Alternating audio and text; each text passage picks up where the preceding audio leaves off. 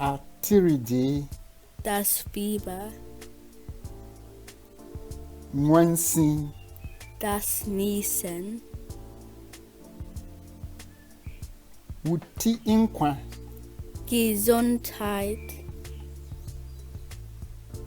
Papu. Die Erkältung. Tipae. Die Kopfschmerzen. Tipae. Die Migräne. Yafunu yarie. Die Magenschmerzen. Kaka. Die Zahnschmerzen.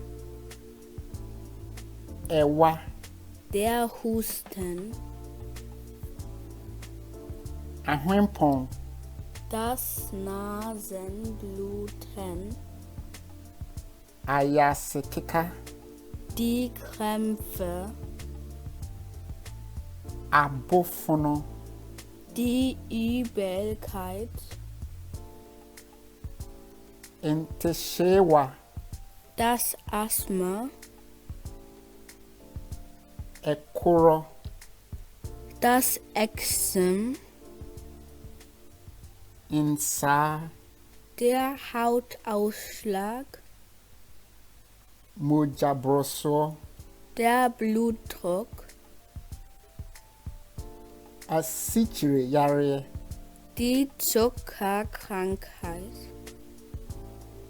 Ayamtuo. Der Durchfall. Meho infame. Ich bin krank.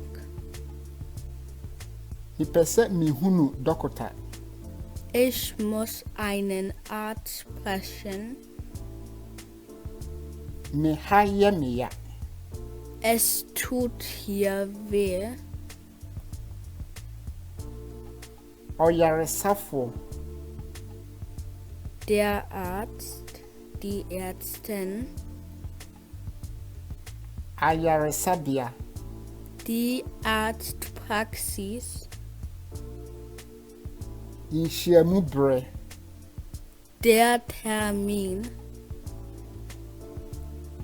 Hunamdua dokota. der Hautarzt, Ma dokota. der Frauenarzt,